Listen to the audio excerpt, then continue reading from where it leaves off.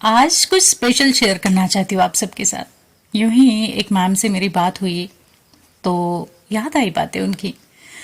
You know what, जब वक्त गुजरता है ना तब रियलाइज होता है कि ये जो कुछ भी सब कुछ हुआ है ना एक्चुअली में हमारे साथ, वो एक्चुअली में हमारी बेहतरी के लिए हुआ था। तब तो हम बड़े हाथ पैर मारते हैं उस सिचुएशन के टाइम पे, भगवान को कोसते हैं ऐसा क्यों एंड वाई मी, क्यों मेरे ही हिस्से में सारे दुख है एंड ऑल, बस ब्लेम करते रहते हैं, है ना। पर क्या कभी पॉजिटिवली लेते हैं हम? नहीं ना, कभी नहीं लेते।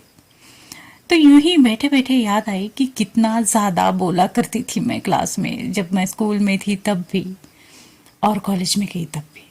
तब teacher use to punish me, उठो खड़े रहो और पढ़ो, और वो भी जोर से कि सबको सुनाई देना चाहिए। And I still remember fifth class से गोले सर, देन पीसे सर, देन हिस्ट्री जोग्राफी के सर भी मुझे खड़े करते थे क्लास में और लेसन पढ़वाते थे। Then Vakre sir, and next phase college में भी जब मैं Kriti ma'am and Mili ma'am, ये दोनों मुझसे इंग्लिश कंपोजिशंस पढ़वाते थे, जोर से पढ़ने के लिए बोलते थे। सबको एक पैराग्राफ था और मुझे पूरा पेज था।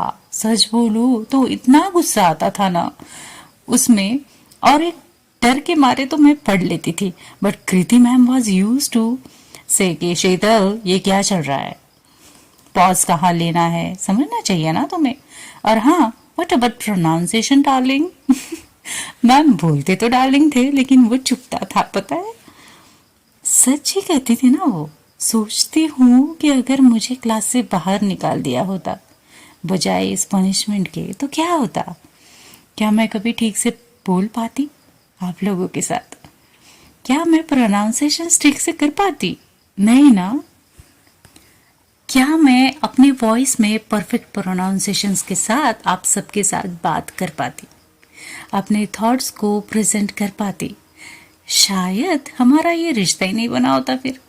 बट माई टीचर डिसाइडेड कि शीतल को क्लास से बाहर नहीं निकालना है, इसे तो क्लास में खड़े होकर रोज एक चैप्टर का पेज पढ़ाना है बस। और आवाज साफ होनी चाहिए, पूरे क्लास में सुनाई देनी चाहिए, लाउड होनी चाहिए, पॉज कहाँ लेना है, प्रोनाउंसिएशंस भी परफेक्ट होना चाहिए। एंड आई थिंक उस दिन उन्होंने मुझ में शायद कुछ नोटिस कर लिया था, शायद कि कुछ तो काबिलियत है इस लड़की में, पर शायद वो अंदर ही अंदर रखती जा रही है। अगर वो ऐसी सजा नहीं देते तो शायद मैं आज आप सबके साथ यूं फ्रीली बात नहीं कर पाती, है ना। आज अगर कुछ बुरा हो रहा है ना आपके साथ, जो आपको अच्छा नहीं महसूस करा रहा है, तो समझ लेना भगवान आपसे आगे की तैयारी करवा रहे हैं बस। और उसे खुशी खुशी एक्सेप्ट कर लेना, क्योंकि एट द एंड एक्सेप्टेंस ही तो हर दर्द की दवा है ना। बने रहना ऐसे ही मेरे साथ इस वॉइस जर्नी में।